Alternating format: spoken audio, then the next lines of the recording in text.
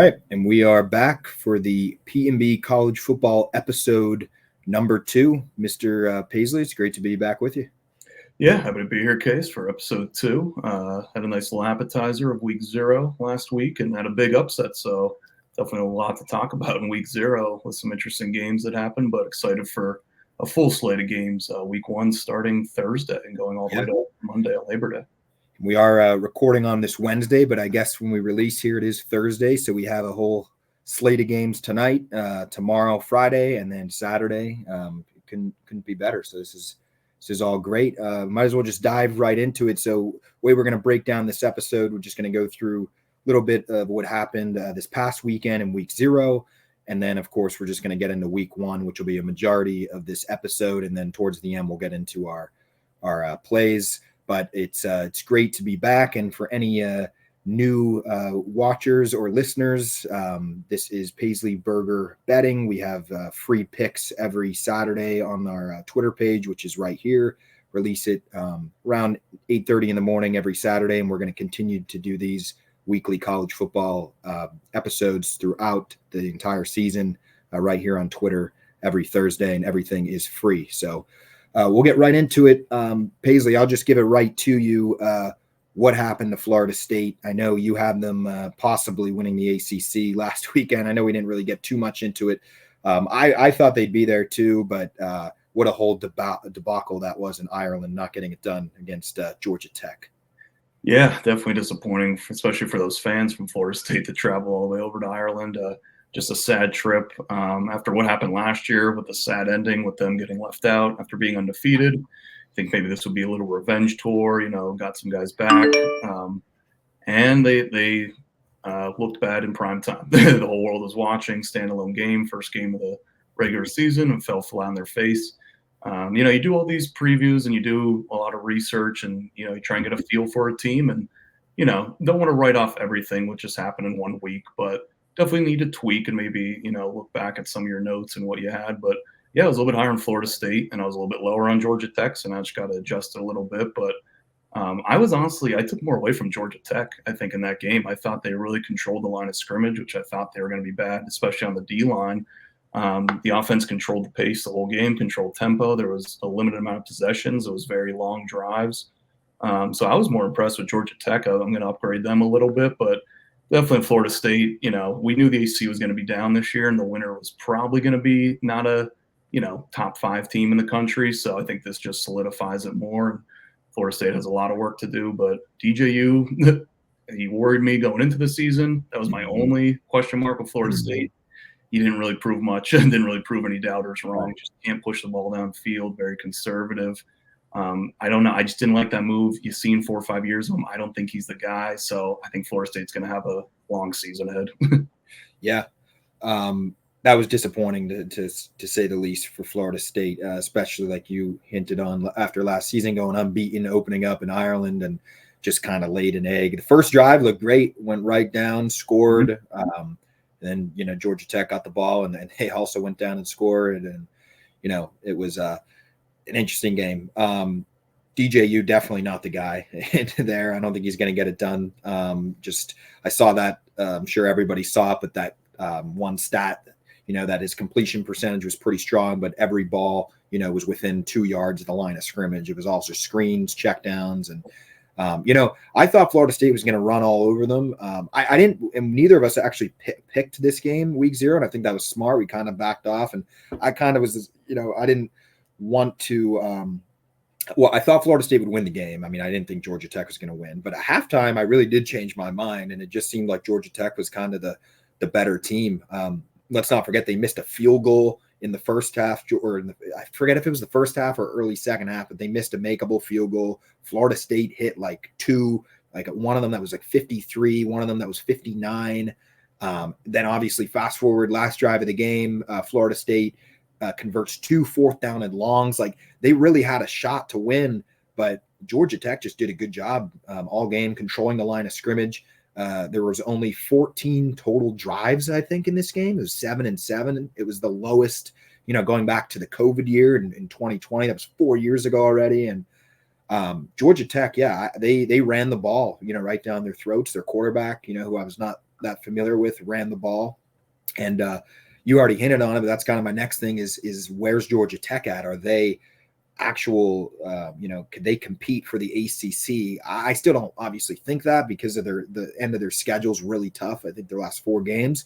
But I was pretty impressed with Georgia Tech, and I don't know what's going to happen this weekend. I think they're at home under the lights. Yeah, they host Georgia State. I have it written down here, so that'll be an interesting game for them. But pretty impressed with Georgia Tech.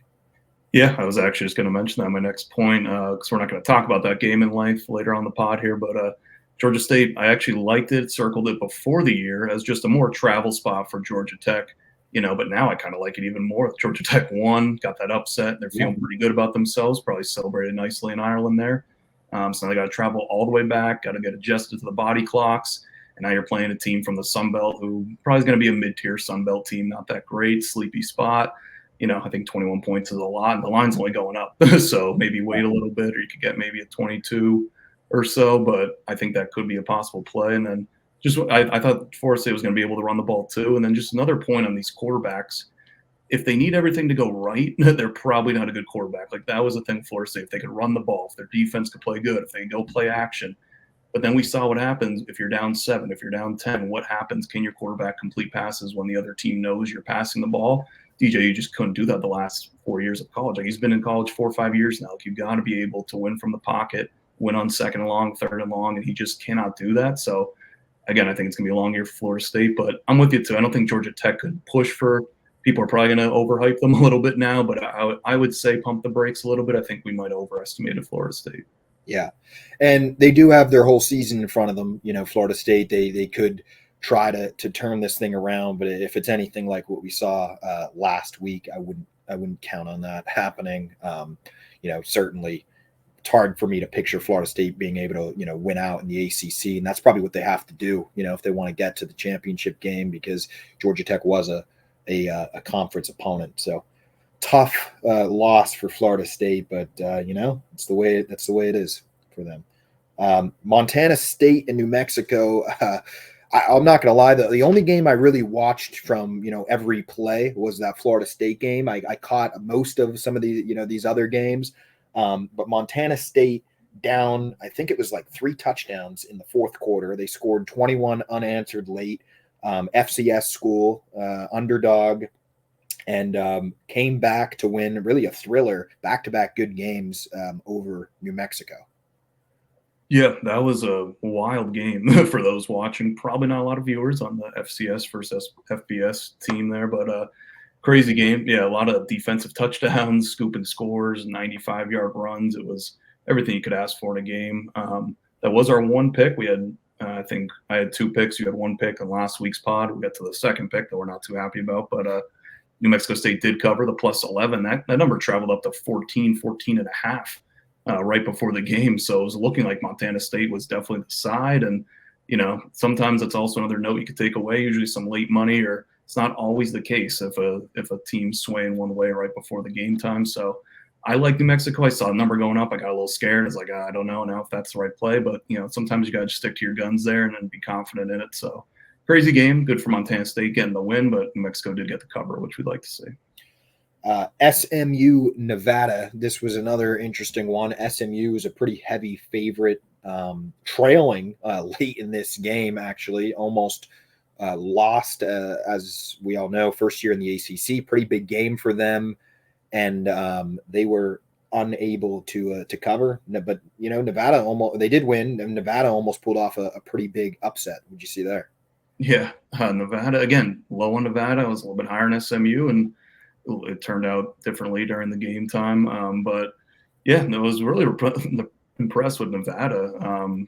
Definitely been able to stay in the game. Their defense kept them in it. Their defense is pretty terrible. So I don't know if that's saying more in SMU or Nevada. So SMU really struggled. I think they have 2 quarterbacks, and it's weird what they're doing. I think they're trying to keep the backup happy because he might be the guy of the future, but with the transfer portal and everything going on, he might be looking to leave, or if he, could get playing time somewhere else. So I think they're in a weird spot where they're trying to keep quarterbacks happy. They're rotating them in like a couple of drives at a time. It was just looked clunky. They just didn't really look enthused to be there. Couldn't really get up for that game against Nevada, but props to Nevada for keeping it, definitely within the spread. And I think they probably should have won outright. I think SMU got a little lucky at the end there. And then obviously the midnight kickoff last weekend, which was a disappointment, I think, for all of us. And I'm still wearing a Hawaii shirt. I really shouldn't. I should get rid of it.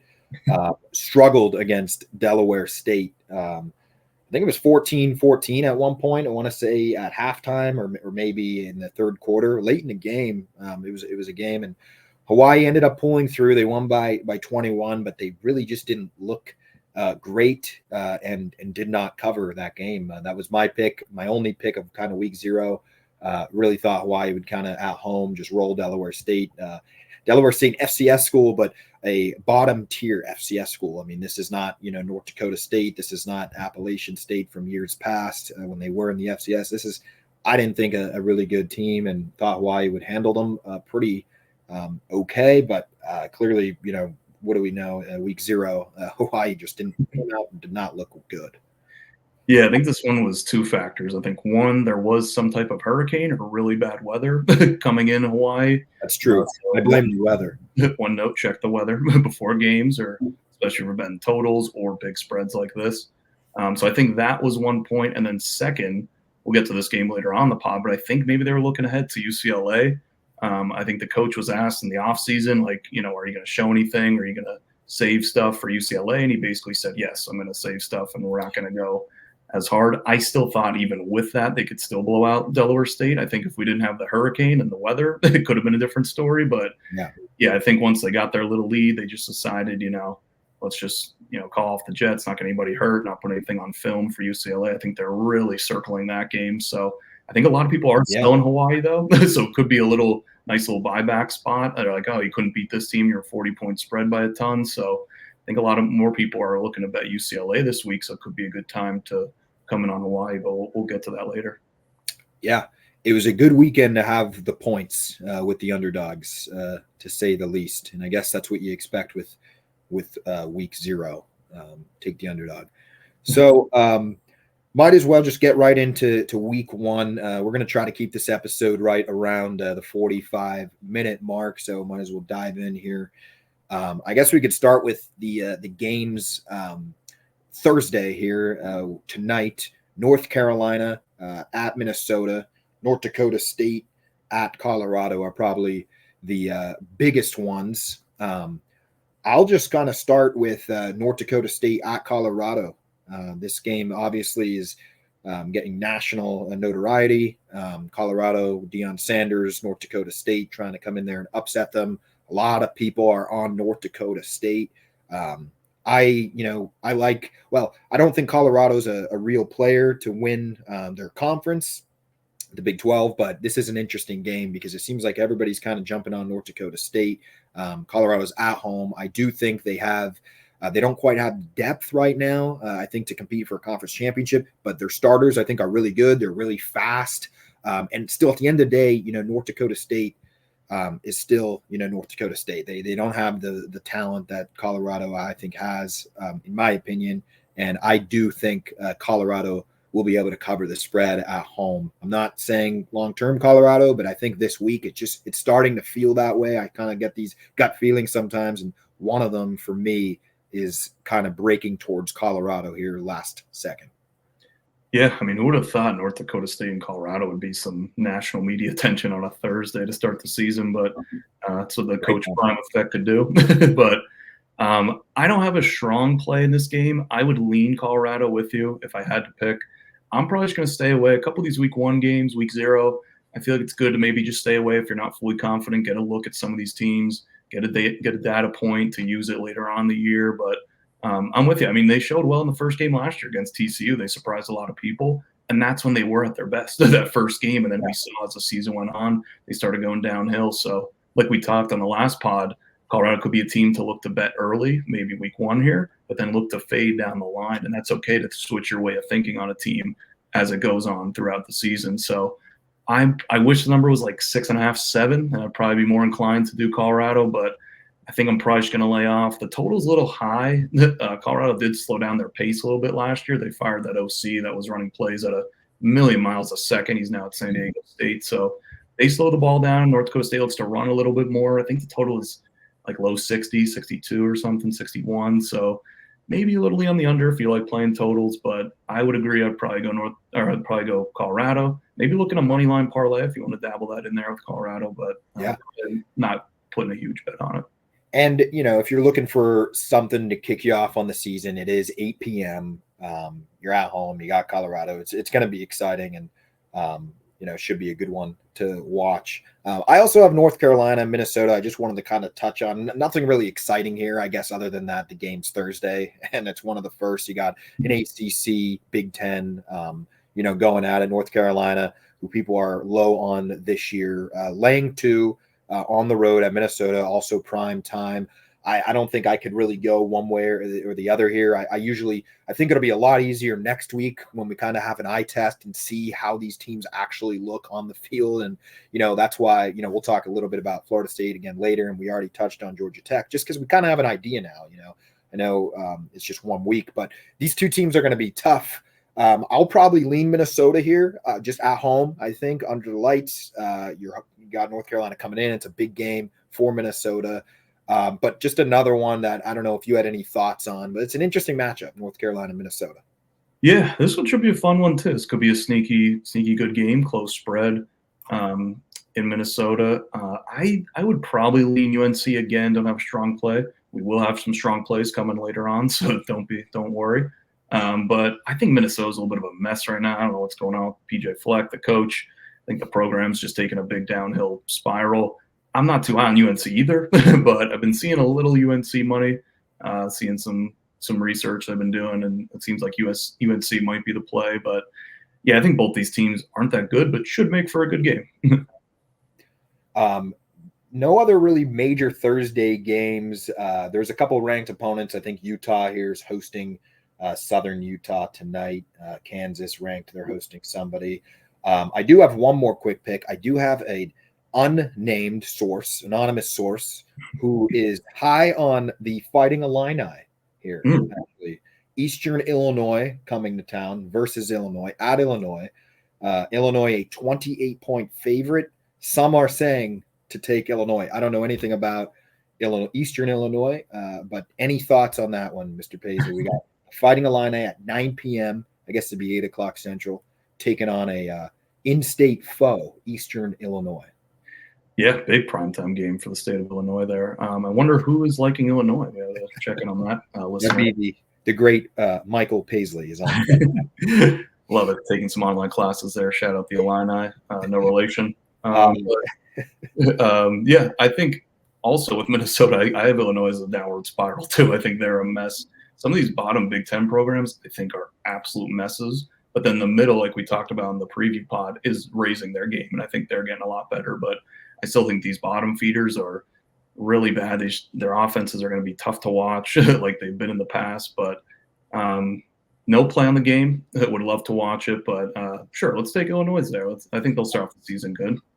On the Friday, also similar to Thursday, no, huge games. Just kind of keep, toying with us with an appetizer as we lead into Saturday. This is like our 7th appetizer. But Temple, Oklahoma, interesting game. I mean, you got Oklahoma ranked. You got Western Michigan, Wisconsin, some big teams playing.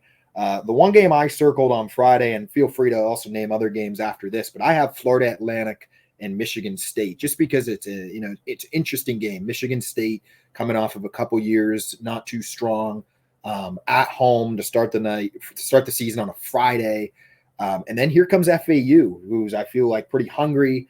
They had a really good season a couple years ago, back in the Lane Kiffin era, and they've kind of been they're always similar to Appalachian State, where they always seem to like be on the verge of major upsets.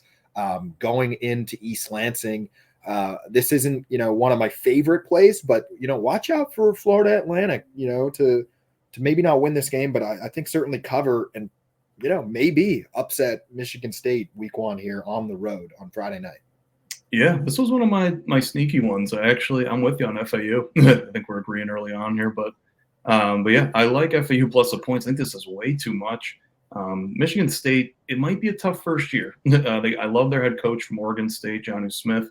I think the program's going to be a lot better than it was in the past, like second year, third year, fourth year going forward. But this year might be a little tough. and especially early on. They have a ton of transfers, ton of new players. So I just think that newness is just going to be hard to just hit the ground running here in week 1 and 14 to a pretty solid group of 5 team. I mean, you're right. FAU is not an easy pushover. So, yeah, I kind of like FAU. And yeah, if you want to sprinkle the money line, wouldn't hate that either. But I think this could be a sneaky good play. Michigan State quarterback was saying take the over in the pregame interviews this week. So maybe a little gambling controversy going on there. A little weird. Confidence is high from Michigan State, but I think FAU could at least keep this close and under 2 touchdowns. That was it. I did see that this week, and I'm glad you brought that up. That actually kind of makes me like FAU even more, right. And might even take the under with FAU. That's close too. It's only like 45 or 46. It's a low under too. So that's kind of Friday. I don't know any other games Friday that kind of stand out to you. I didn't really see any major one. I guess you got TCU Stanford too tomorrow night as well, but nothing big. Yeah, that's actually what I was going to just maybe touch on just super quickly. Actually, I circled this one preseason. I do like Stanford plus 9.5. This was getting some traction early on this summer. I think TCU is going to be another downgrade again. They were bad last year. I think they're going to be even worse. Worse than last year. Yeah, I think they're going to be worse than last year. I think Stanford is going to be a lot better. I think they only won 2 or 3 games last year. But they beat Colorado, right, though? Yeah, that was the big comeback. They were down. Their offense should be good. They got a nice offensive head coach, a young coach who's up and rising. It's just tough sometimes. We talk about this in this preview pod too, like for these year 0 type programs where they're restarting from scratch. And, you're looking for that improvement from the beginning of the year to the end of the year. And then once you hit that ground running in year 1, which is technically your second year, that's when you could start, stacking some wins or maybe getting some close losses. So I think Stanford was pretty bad last year, maybe didn't cover a lot of games, but I think this team returns a bunch on offense especially. I think they should be humming. So I think this is too many points too. Again, not looking to win these games outright, but to keep them close. Stanford at home, there's going to be 5,000 people in the stands. It's going to be nobody there, very sleepy for TCU. You got to create your own juice. So I like Stanford there, probably like a full unit play on Stanford plus 9.5. All right, I'll keep that noted as well. I wasn't really thinking about that one, but interesting points there on Stanford. Now on to Saturday, the day we've kind of all been waiting for. I cannot wait. I know probably everybody listening to this can't wait if you found us. So I'll get right into it. I guess the biggest game of the week, or one of the biggest, I guess, is Clemson on the road at number 1 Georgia. It's a noon kickoff. One of the first games that we're going to see and get results for. Interesting game. I mean, you got the best team in the country, number 1 in the preseason polls. Nick Saban now out of the SEC. You got Kirby Smart, Georgia, kind of take it over. They are 13.5-point favorites over Clemson. This is a neutral site game, though. It's not in Georgia. It's in the state of Georgia. It's not at home Georgia. It's Mercedes-Benz Stadium in Atlanta.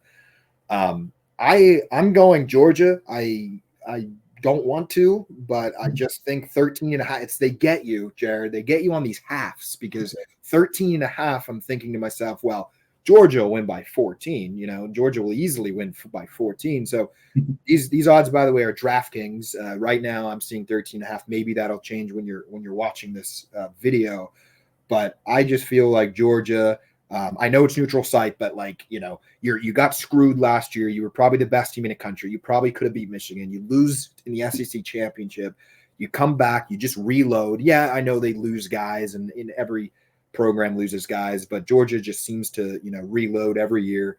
You're now taking on Clemson, who's also very well respected, and Dabo Swinney, but they have a lot of question marks, and I feel like this is one of those week 1 spreads where people are remembering the Clemson of the past, and they're getting a little bit of help just with their brand. And I just think this could be one of those. Remember Alabama USC a few years ago where Alabama just steamrolled them like 42-0? I don't think that'll happen, but this game feels like Georgia should be able to pull away third quarter, fourth quarter, and win by like 3.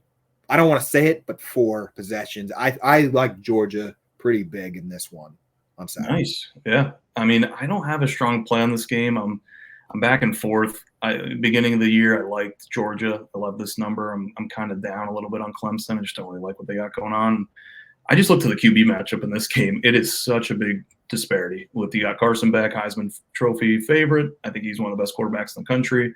And you have Kate Klubnik, who I'm not a big fan of at all. I will sell all that stock. I don't think he's that good. Yep. So I just get flashbacks of two years ago or 3 years ago when it was a 10-3 ball game. I think they played that outdoors somewhere, but it was nobody could move the ball.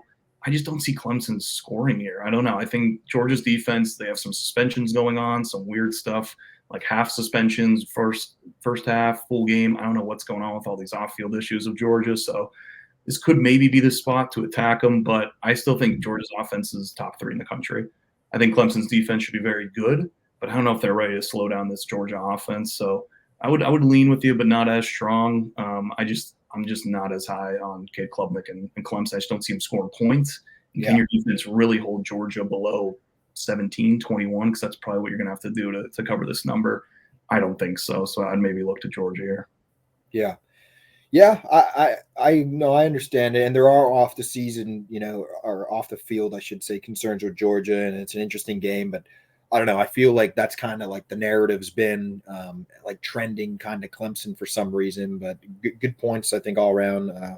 I'm pretty heavily on Georgia. You lean that way, so we'll see what happens. It'll be a good game, and I'm excited. You got 2 top 15 teams in the AP going at it, SEC, ACC week 1, so can't beat that. Yeah, this game started 14.5 too, and it's only been coming down. You're right. There's been a lot of Clemson money. I just don't get it. Like we were talking about some of these late moves. Like, don't just say, "Oh, because it's moving that way, Clemson's the side, and they're probably going to cover." Maybe stick to what you're thinking, and then stay true. But just keep a note of it. But yeah, I just can't get on board with this Clemson money. I'm just scared to back them. I'd feel better if I lost taking Georgia in this game. And to any Clemson fans listening, deeply apologize. If they win, though, we'll be high on Clemson. We'll see what happens on Saturday. Next one, also noon kick. I'll be there as a Penn State guy. Nittany Lions going on the road in enemy territory at West Virginia. Another spread that opened up around 10, now down to 8, according to some DraftKings, for example. Penn State, West Virginia. Before I give my take, because I've been giving mine first, and you go, I want to hear your thoughts on Penn State, West Virginia, 12 noon in Morgantown. Yeah. It's funny because I feel like sometimes you have these perceptions or you have a play in mind, like midsummer or when the lines come out, like starting week 2, like when they come out. And then you dig a little deeper, you do a little research, and maybe it helps your opinion more, or it kind of gives you a differing view and you're like, oh, I don't like it as much. I was on West Virginia early in the summer. I really liked them. It was at 10, so it has come down. It was at 10, 10.5. Now it's down to 8. So don't love that number there. And the more I dig into it, the more research I do, the more I think about it. I don't really love my pick with West Virginia plus 8 now. I think this is a weird spot. Again, it's a weird spot. I'll probably still take West Virginia, but not as of a best bet material or anything crazy. I think their quarterback scares me. West Virginia. I think he could be really good. He could be really streaky, or he could be really bad and make a lot of mistakes and a lot of turnovers. I think Penn State's defense should be down a little bit from last year. That defense was elite. I think that was something that went under the radar. Everyone knew they were really good. They were like top 3 in every metric on defense last year. Like that was an unbelievable defense. So lose a couple guys. So I think they're going to be down a little bit on defense. I like the coordinators that they brought in on offense and defense. I don't know if Penn State could click it right away and hit the ground running with Drew Aller and the new offensive coordinator. There's a lot of newness, a lot of motion, a lot of new stuff. So now going on the road, trying to put that out in play, I don't feel as confident. I didn't like Penn State's offense last year. Love their defense. West Virginia, their question mark is on defense. So just a lot of question marks all around, but I think it's a weird number right at 7 or 8. I get the West Virginia money coming in, lowering it. Again, I wish this was 10 or 11. I'd probably have a heavier play in West Virginia, but James Franklin loves covering in these spots like he did last year. They weren't covering the whole game and pushed it over the limit in the last little bit. I could see something like that happening here. Yeah, good points. I tend to agree with a lot of what you said. There's a lot of questions, I think, on both teams. I agree with what you said about West Virginia's quarterback, Green, being kind of a question mark. What kind of player are we going to get? Obviously, as a Penn State fan, I've been watching a lot and listening and looking at a lot on this game specifically this week, and there are some interesting points. Green's a guy that likes to either take off with his legs or thread the needle downfield. He's not a guy that's going to take, Right. the 10-yard gain. And, on that point, Penn State's defense, I think, will be huge in this game. Some are thinking that their secondary could actually be better than it was last year using the transfer portal. That's secondary specific. They obviously lost guys on their defensive front and also, have used the transfer portal and trying to fix that. But I do agree. I don't expect the defense to be as elite as it was last year. I think it'll be really good. I think it'll be top 10, hovering around 10, but it's not going to be a top 3. I think last year was an elite defense. I mean, you're up there with Michigan and Georgia and everybody. So we'll see what happens there. There is rain in the forecast on Saturday, so we'll see how that plays out. Penn State has 2 really good running backs, but a questionable offensive line this year. And West Virginia is also kind of similar where, if Green can't throw it downfield, are they going to have to rely on their big back and run the ball? So it'll be an interesting game. I have to recuse myself on taking a line here. I think I would lean West Virginia also just because it's 2 possessions and, I don't know, we'll see what kind of Penn State we get. I mean, if they come out on offense and they're able to throw the ball and move the ball, and I do think West Virginia will have tough time scoring on Penn State. I think I have to give Penn State defense a pretty big advantage when West Virginia has the ball.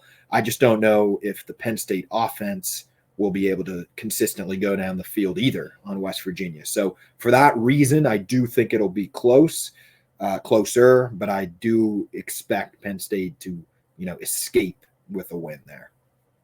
Yeah, and I think just one last point, West Virginia finished on a real high note last year, really overachieved. So now are they a little overvalued in the market? Are they really that good? And Penn State's offense could look completely different from last year. We have no idea. Coordinator, yep.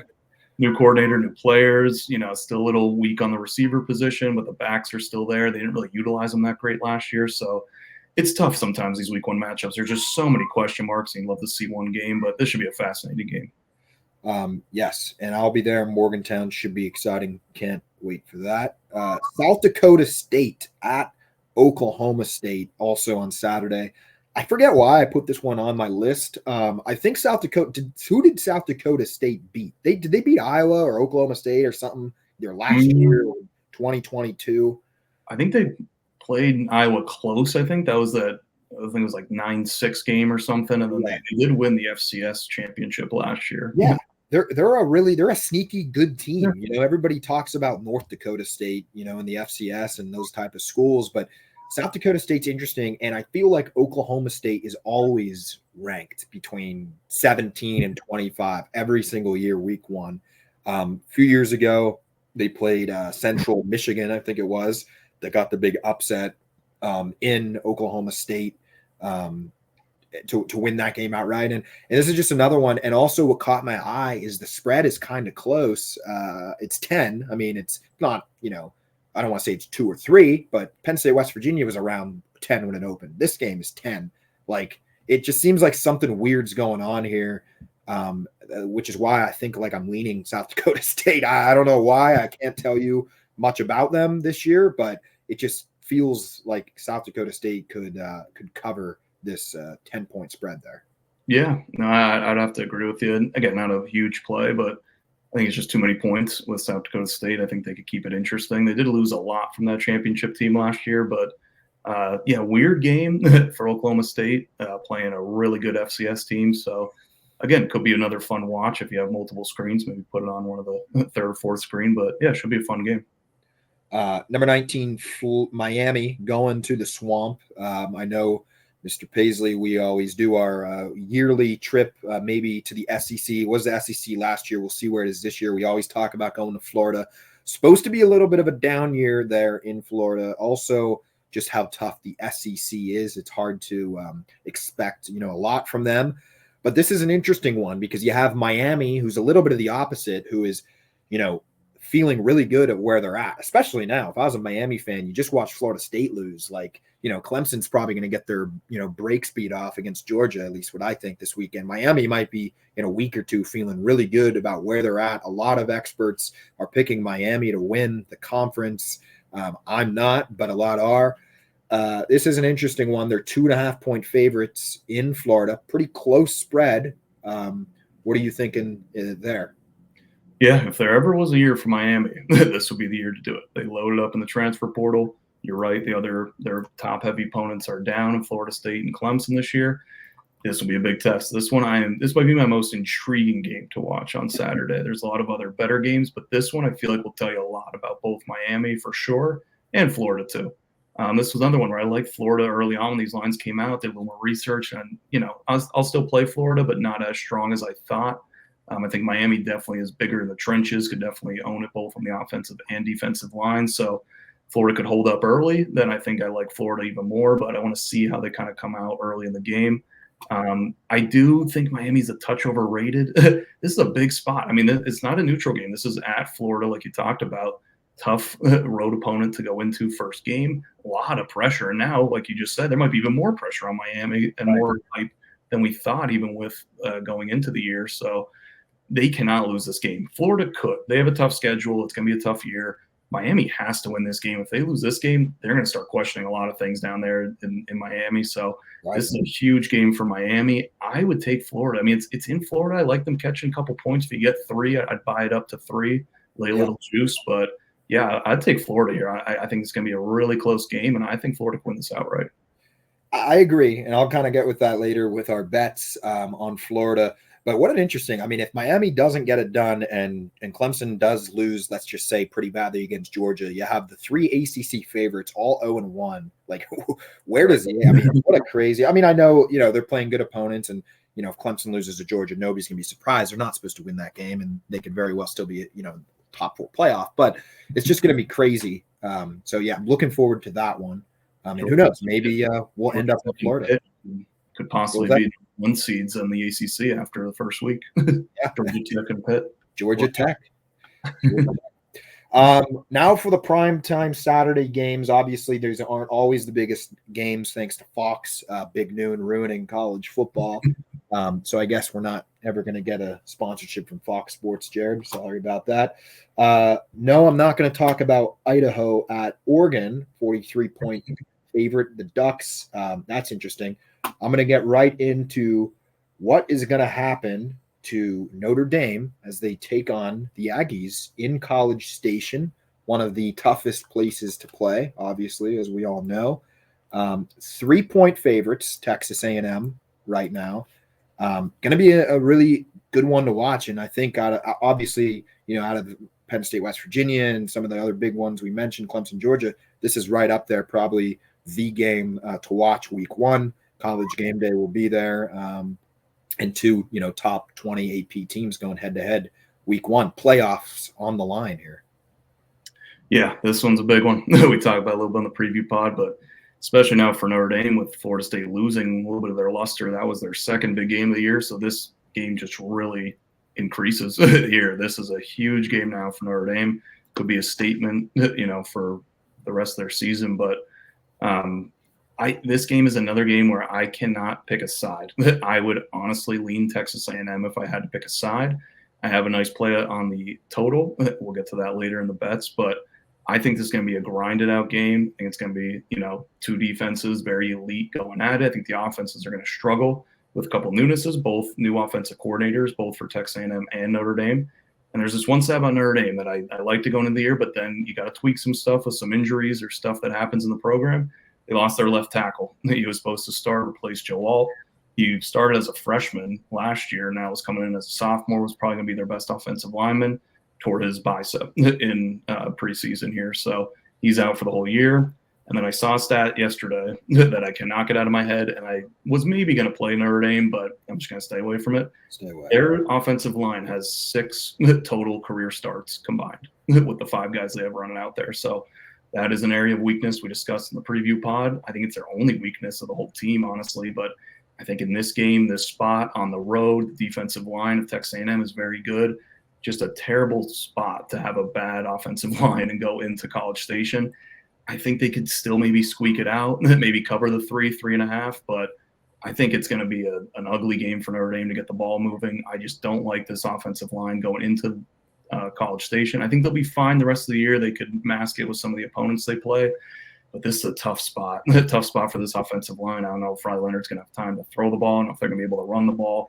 So I think it's going to be a low-scoring game. We'll get to that later, but I would honestly take Texas A&M laying the 2.5, maybe around 3. Interesting. I mean, the beauty too of the college football playoff is both of these teams could lose this game and very well end up in the college football playoff at the end of the year, and that's kind of the case for a lot of teams, including Florida State, even though they won't, because I will probably go 6-6. But whatever happens week one is not necessarily end all be all anymore. Probably last year it was, certainly BCS era it was, but the game has changed, so this one is just going to be really good to watch. I don't even know what I'm going to do with this one yet. I probably will stay away, or I'll just end up going A&M with something a little bit on it, but just because they're at home, and I'm pretty biased, especially week one for the home games. But will be a good one for sure. I have 2 more Saturday games here quick, and I know we're approaching 45 minutes here, but UCLA at Hawaii, which we kind of talked about earlier, 14-point favorite. UCLA, Hawaii did not look good week 0, but now they're hosting. Well, they did host Delaware State, but now you have the spots on them. They have CBS there. Who would have thought CBS would be covering this game? 7:30 p.m. Eastern. I guess that's like 2:30 Hawaii, or whatever it is, 1:30. I don't know, 6 hours. An interesting one, to say the least. What are your thoughts on this? Yeah, like we previewed before, I'm taking Hawaii plus the points. I think this is too many points from the start, and then I think this is just going to help our pick because they didn't look that great in week 0. So I think it's too many points. I'm a little bit higher in Hawaii, and I'm selling big time on UCLA. I think this is going to be a mess of a program here in the new Big Ten. So give me Hawaii plus the points. I think they can maybe even see this one win outright. Yeah. Also, we got Georgia State at Georgia Tech, which we kind of also covered quick, so we don't have to again. But Georgia Tech, big win, 21.5-point favorites, now at home hosting in-state Georgia State at Georgia Tech. Will be interesting. 8 p.m. Any leaning one way or the other with that one? 21.5 is the spread. Yeah, I think this will be just a full unit play. No best bet material, but I'm going to take Georgia State a little bit, plus 21.5. Hoping Georgia Tech comes out a little sleepy, a little hungover from their big win in Ireland. So yeah, give me Georgia State plus 3 touchdowns. If you get on that hook, that'd be even better. So we'll take them to lose by 21. That's fine with me. Sunday night, number 23 USC going to Baton Rouge. LSU 4-point favorite. Another just incredible week 1 game. I feel like we had so many good games already to talk about. This one I feel like is also interesting, especially for me, just because rooting for looking at the Big Ten wise, having USC come in. What are they going to do this year? Are they going to go 6-6, or are they going to go 11-1? What is life without Caleb Williams? What is how is their defense going to look? Are they going to make adjustments? LSU, also a strange team. Some people are high, but a lot of people are lower on LSU this year. USC coming to town. Any play there? Yeah, or this is actually a neutral site game as well. Oh, it is. Okay. Where is this game? Yeah, Allegiant Stadium in Vegas. The Raiders, yeah. So a little kind of in the middle for both of them. Probably more LSU fans there, I would assume. But this number was at 6.5. Again, I wish I should have bet some of these early on this summer instead of waiting, but kind of liked it at 6.5, 6, but now down to 4.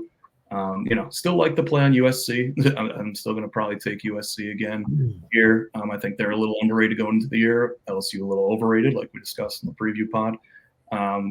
My only thing is if USC could hold up in the trenches on the D-line against LSU's offensive line, which is very, very good. I think LSU should be able to run the ball. Hopefully they can just hold them to some field goals. I don't think the offense is going to be as dynamic.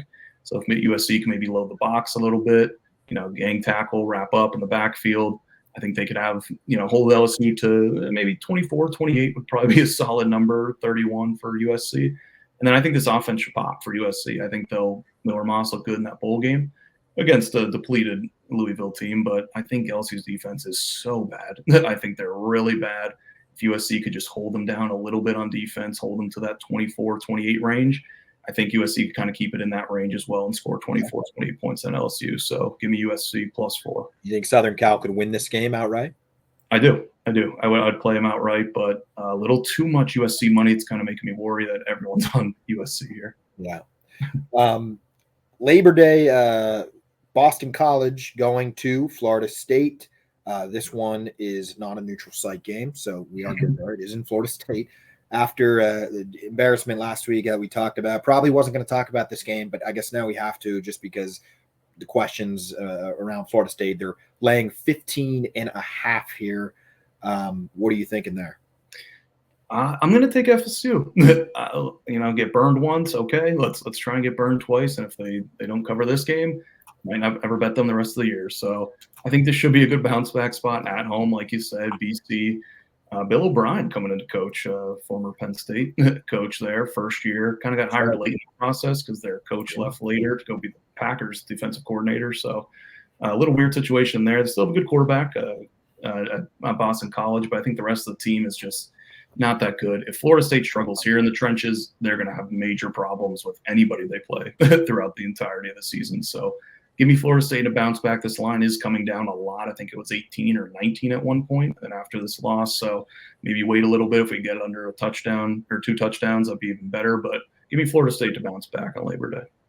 I would agree, and we'll get into that right now, I guess, on the final segment, week 1 bets. So what we're going to do is Jared and I will just kind of give a few picks. I know it's Thursday on our weekly plays, what we like right now. However, on Saturday mornings, we are going to post our official kind of slate. It'll be anywhere from probably 7 to 12 or so picks, give or take. Every Saturday morning on this page, we'll just tweet them out with an image. You'll see them. They're free. You could follow along what our record is, wins and loss. We'll update them every week. But we're going to give also our podcast picks right now, which some of these will probably be also on our sheet, if not all of them. But this is kind of just the preliminary thoughts every week. I know we just talked about Florida State, but since we're kind of going over the time, I'll just kind of quickly, I am going Florida State there, 16.5, or I guess it's 15.5 now against Boston College. I do like them to cover in that game. I also will be picking Georgia at home, covering against Clemson. I know we talked about that earlier. And then also tonight, North Dakota State at Colorado, also picking Colorado. So I'm going to be laying points with those 3 favorites. Colorado -9.5 tonight, Georgia -13.5 Saturday, and Florida State also 16.5. So that's just 3 picks. Anything you like there, Jared, and then feel free just to get right into your picks as well. Yeah, I don't have a problem with any of those cases. I honestly like them. Not huge plays on my part, but I would follow you along there with those picks. I like those. And then for me, probably my favorite play of the whole weekend, I'm going to go Notre Dame, Texas A&M under 46.5. This line, like we heard before, has come down a little bit. It was 49.5, now down to 46.5. I'm also going to be on the first half under 23.5. So this is one of my favorite plays. I think the offense are going to struggle mightily, almost like an NFL total here in the 40s. So going to need to keep it low scoring, but I'm all over this under. Love it. I think it's going to be very low scoring and not a lot of points scored in this game. And then just a couple more plays. I got Indiana -21.5 versus FIU. Indiana, we talked about in the preview pod, definitely going to be a buy-on team with the love that pick from JMU. And just a little small note: the JMU coach does like to run it up. He's been talking big time, saying he's going to take down Ohio State and all these top teams in the Big Ten. He's talking big game. So I think if they get up early, they're going to want to prove, like, hey, we're in a new Power 5, Power 4 conference now. We're not fooling around. I think if they get close to this number, they'll pump it up even more. So this is also one of my favorite plays too, Indiana to run it up on a lowly FIU team. That'd be awesome. I'm all for that. Love it. So one of my other picks quickly that we had that we already kind of talked about, but I'll just kind of make it official. Miami at Florida. It's the only pick right now. I'm taking the points in the Swamp. I have it with 2.5 right now, but I hopefully could get it at 3.5. Maybe I'll buy that extra half a point come Saturday. But I do think Florida at home, I don't know. I just have a weird feeling. Like we said, Miami, everybody's high on Florida. You're hosting. It's going to be a big game there. And I don't know. I just feel like that spread is so close that I think Florida could win this game outright. And I'm going with the Gators plus 2.5. Love it. I stamp approval of that one. And then just a couple more I want to touch on, but I'm going to go South Carolina minus 21 versus Old Dominion. If you listen to the preview pod, we gave out Old Dominion under 4.5. I think it's going to be a tough year for the Monarchs of Old Dominion. So I think it's just a complete mismatch with South Carolina. I think they're going to be a lot better than last year. South Carolina definitely not going to push a lot of the big teams around the SEC, but week one spot here. Love it for South Carolina minus 21. Give me UMass, the Minutemen. These are some nice, trashy games that no one's going to be watching probably, and not a lot of people are going to be betting on. So if you want to get a little edge, give me UMass minus 2.5 versus Eastern Michigan. Eastern Michigan is pretty terrible this year. They were bad last year. They are one of the lowest teams in returning production. This game is in UMass at home. I think UMass should have a nice, solid team this year. Definitely a little bump up from last year. So round of pick 'em, give me UMass minus 2.5. And then just lastly, I got Syracuse minus 17 versus Ohio. Just noticing I'm selling the MAC a little bit here. Yeah. MAC conference, love some action. But Ohio and Eastern Michigan both have nobody coming back. They are losing so many pieces to not that great of teams that they had last year. So I think this just could be really ugly week one. Then maybe the books will kind of catch up to it and be like, all right, these teams are really, really bad. So I think Syracuse should be a lot better. I don't know full season if Syracuse is going to be that team to bet on. But again, some of these week one spots, I love the pounce on some of these spots here. So give me Syracuse minus 17 versus the Ohio Bobcats. I love it. I love these huge lines in the MAC and some of these question mark teams. That's the beauty about week one is, everybody, we haven't seen these teams on the field yet. We don't have an eye test outside of what happened in week 0. And if you think, you're right about something and, you look at these depth charts and have been doing research in the offseason, there's a good chance that the people in Vegas aren't going to be dumping the house on UMass minus 2.5. So if somebody likes that spread, get in on it.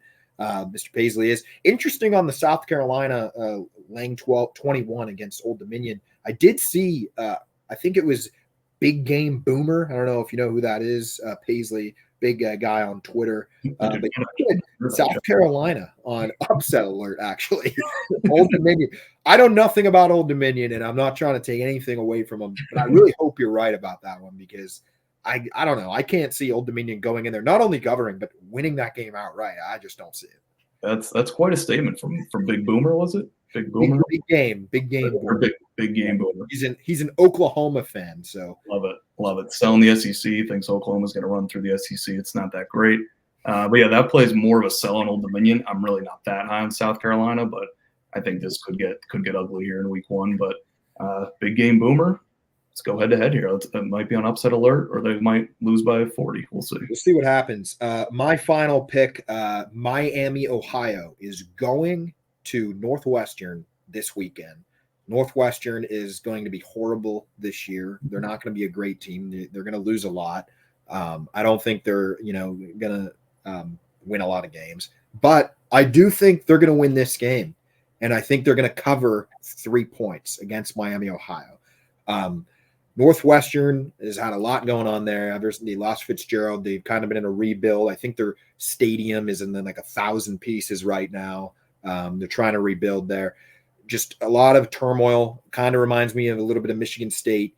But I don't know. I still think that they have better talent than Miami, Ohio. I think at home, week one, they could win this game by at least 6 or 7 and cover that. So that was kind of my one game that kind of off the radar.